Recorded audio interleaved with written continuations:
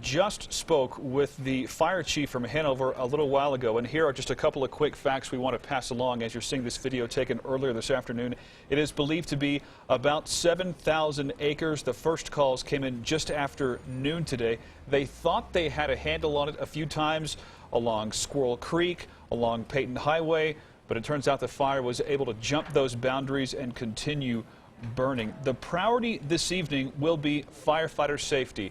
The fire itself is beginning to die down. That is a good thing. They don't want to cause any further injuries to firefighters trying to walk around in the dark, in the thick smoke, trying to get a handle on this thing. At this point, it appears no major structures are threatened, although a few outbuildings have been lost. That is according to the Hanover Fire Chief earlier today. Still no word on the cause. I'm not counting it under control at this time until I talk with all the division soups. We're still sending resources up north to Eastern Division. We still have some structures threatened, and we still have some possibilities of it still jumping with this wind and the front coming in right now. I'm not considering it contained until I talk with those division soups up there. And we don't know the number of evacuees who were issued out of that area. Again, it was quite a large square area. Sanborn Road on the north, Squirrel Creek, that's east of Ellicott Highway on the east, Hanover on the south, and then Curtis Road on the west. A plane was able to make one drop on the fire, but then it was grounded due to high winds. Authorities say they will try again on that tomorrow.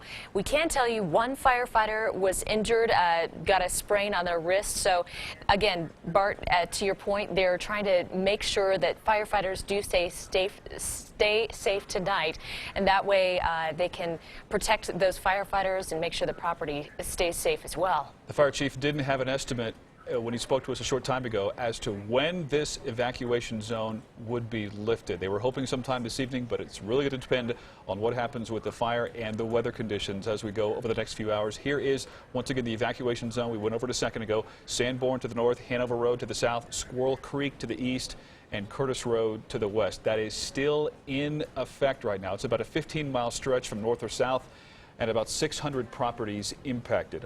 If we hear that that evacuation zone shrinks or is lifted altogether, we will, of course, pass that along to you. Meantime, we've gotten in some incredible photos from you, our viewers, of the Milne fire.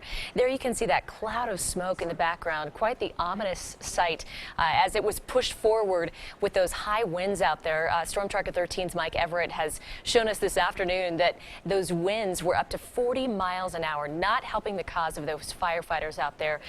Do continue to send in those photos if you have them, if you can take them from a safe distance from that fire. Again, that evacuation zone is still in effect tonight. We don't know when evacuees will be allowed to go back home, but once we get that information, we will be sure and pass it on to you on all of the networks of KRDO News Channel 13. And right now, we want to turn to Angelica Lombardi. She's also live from the fire. She continues our team coverage. Angelica?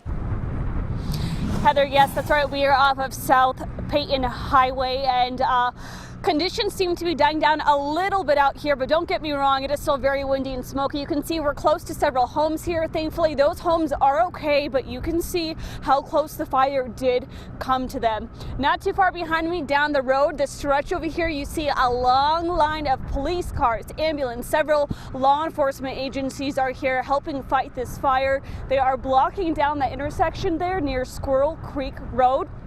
And then over the past few hours that we've been here, we've noticed a lot of the resources start to move northeast as that fire continued to spread northeast. Where we're standing now, though, a lot of the area has been charred by the fire as the wind has really been feeling this all afternoon. We did just speak with some evacuees. One woman told us that many people who live out here rely on the landlines because the cell service is so bad. However, the fire did put down the fire has affected landlines. They tell us landlines are not working. Some evacuees say they did not receive a reverse 911 call because of that, and they kind of just started evacuating on their own.